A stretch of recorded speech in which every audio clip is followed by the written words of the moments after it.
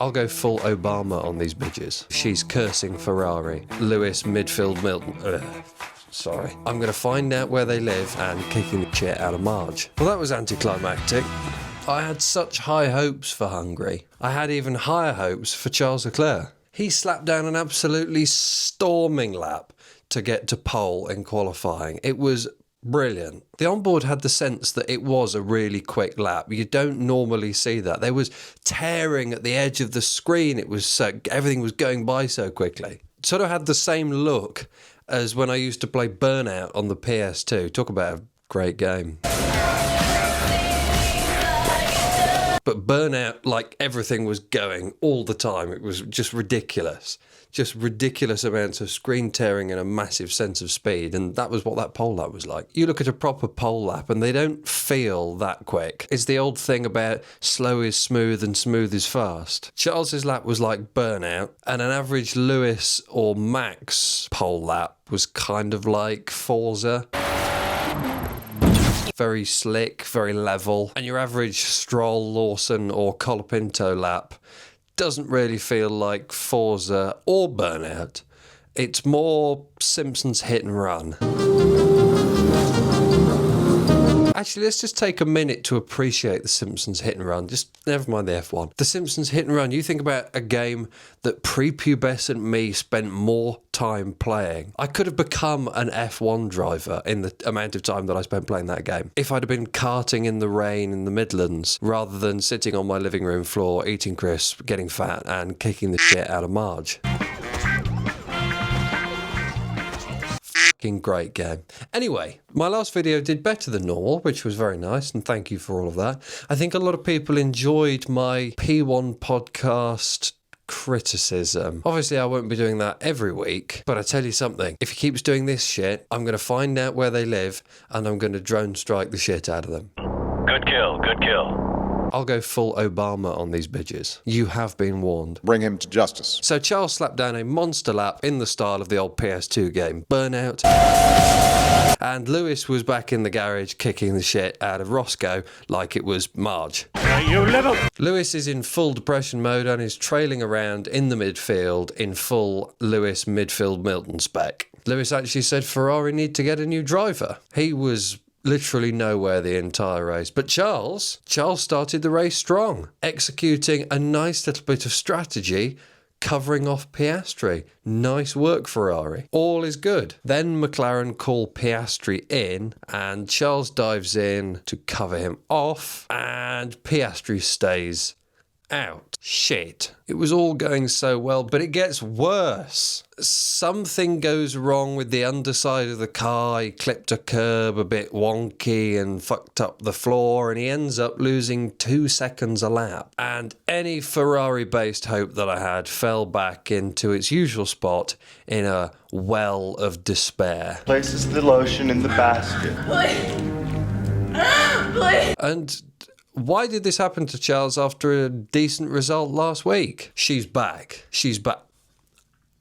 I keep saying it. His bloody girlfriend, Alexandra, Mleux, Yves Saint Laurent, can't turn my face to face the fucking camera on Instagram, was back in the bloody paddock. I mean, it's not the worst shot for the gram, if I'm honest. So yes, she was back knocking around the paddock with the bloody dog, and I genuinely believe she's cursing Ferrari. But I hear you say, but Charles was actually on good form personally during the race. Yeah, but he wasn't the problem. I mean, he said this while he was having his little in-car meltdown. This is so incredibly frustrating. We've lost all competitiveness. You just have to listen to me. I would have found a different way of managing those issues. Now it's just undrivable. It's a miracle if we finish on the podium. This comes back to his girlfriend. The reason that Ferrari aren't paying any attention to what Charles says needs to be done during the race, to the technical things need to be done with the car, is because they're Italian. They're too busy being Italian and looking at his girlfriend all the bloody time. Do you really think a bunch of Italians and an old French man are going to be listening to what this tiny millionaire fetus is asking them to do when his girlfriend is bent over in the garage playing with the fucking dog? They're not looking at tyre pressures, they're not looking at floor setup, they're looking at her cheeks, man. Jesus. Leave her in the fucking grandstand or something. Get it together, folks. I've had enough. After the fight Lewis had with Max, in one particular turn in which Max just decided to send it up the inside at full racing speed, giving Lewis no choice but to go off into the runoff, they were both called to the stewards to explain themselves, and then they would decide who's in the wrong. And Lewis didn't even turn up. He wasn't even bothered. This man is properly broken. But you think about it, Lewis has been there 5 minutes. Charles has put up with this shit for 6 fucking years. He's endured 6 years of this. The man's brain matter needs to be studied. Without being crude, I don't know what kind of bedroom activity Alexandra, Louis Vuitton, Yves Saint Laurent, Gucci and Pucci is giving to him in the evenings to take his mind off it, but it must be intergalactic levels of debauchery. Whatever Charles likes, he's getting in the car ride on the way home. I'm talking baby oil, handcuffs, a marmoset monkey, autoerotic asphyxiation and a Dyson vacuum. No bag and no loss of suction.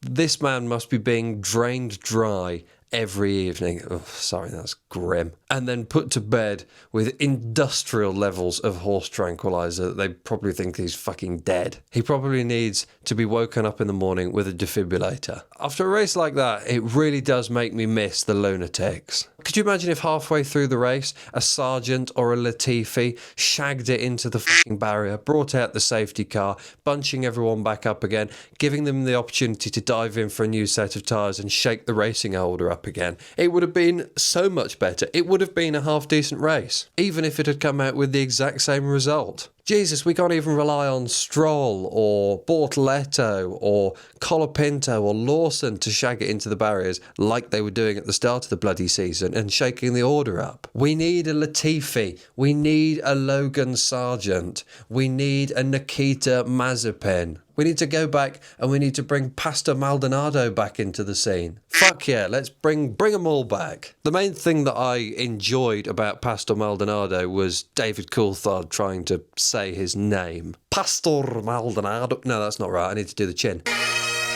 Pastor Maldonado. Oh, it's like I'm trying to have a shit. Anyway, enjoy the summer break. I will be still putting out other content, but not necessarily about F1. I will do some other things instead.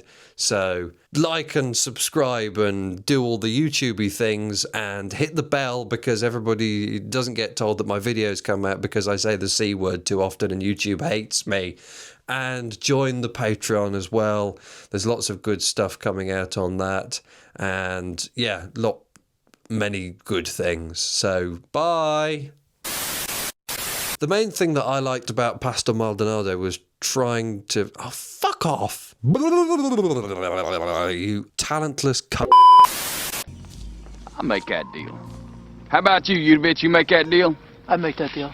I don't blame you. Damn good deal.